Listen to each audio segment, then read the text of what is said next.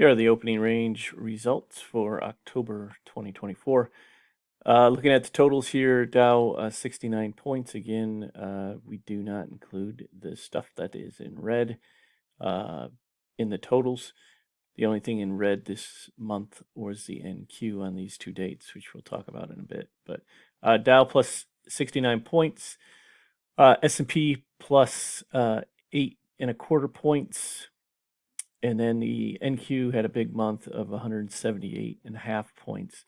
And then again, two red ones, which we'll get into in just a moment. But as we mentioned numerous times over these reports over the last couple of years, there's a good trading idea that can make some money and profits. The idea, though, you can blow up an account in a day, on the wrong day. So you got to be mindful of that, money management, the whole thing. But this is where we stand. So let's take a look at these two dates, October 8th and 15th for the NQ. So taking a little more in depth at October 8th, this is the opening range. So the opening range high was this, opening range low was this. This is the range, so it's 32.25 points. This is trade number or pivot number 1, 2, 3, 4, 5. This is the time of day that it happened. That's the pivot prices. And then whether it was a win or loss, this first column here is for the 25% move, and this next column is for the 50% move. And again, 8 points is the 25% move, and 16 points is the 50% move. So anyway, again, the idea on the most safe entry for the 25% is after it loses, you place a trade for the 25% looking for 8 points. So in this particular case, you would be selling at 22.03, looking for an 8-point target, which it got, which was a win. And that's why it's in bold and a W. This one was a loss, and you can see then this one as well was a win. But the reason it is in red for October 8th for the 25% has 16 points, which is again is not included,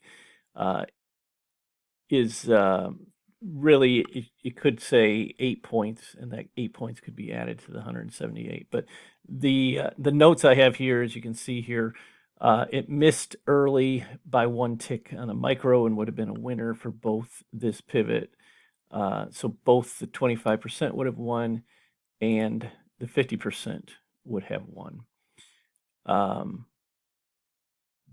But instead, so what basically happened is between 10 o'clock and 10:34, it got up to 2202.75. So it got up to just missed the where you would normally sell it, just missed it by a tick, went down the 8 points and went down the 16 points, and then came back all the way up to the 2003 to give it a quote-unquote official entry. So as I mentioned, I treat those as a win when it misses by a tick, sometimes two, just so you avoid this type of situation where officially the 50% was a loss. This is where you would enter. On a 50%, you would enter after 2 losses. So that would be your official entry. Well, if it hadn't missed by the tick, that would have actually been a win, and you wouldn't have had this trade and so forth. So that's the 8th. So 1 tick misses on that particular thing.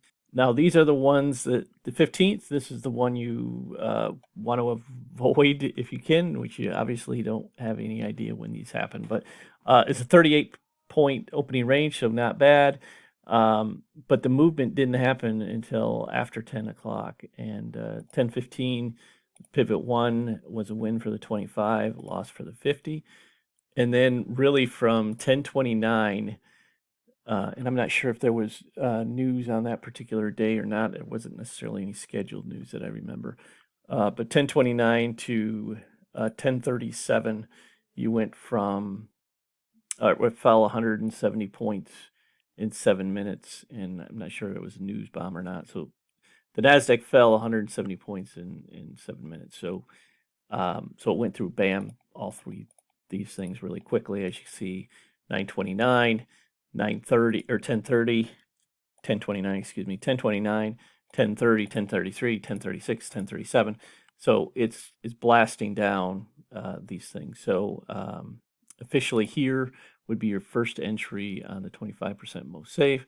You triple up there and you triple up there, and you wouldn't get a win till here. So, and obviously that'd be an awful big account in order to do that. So the risk reward is not great in that particular system or trade idea. So you want to do your best to avoid that. Obviously, you don't know that's happening while you're in it. So, you blow up the account or whatever.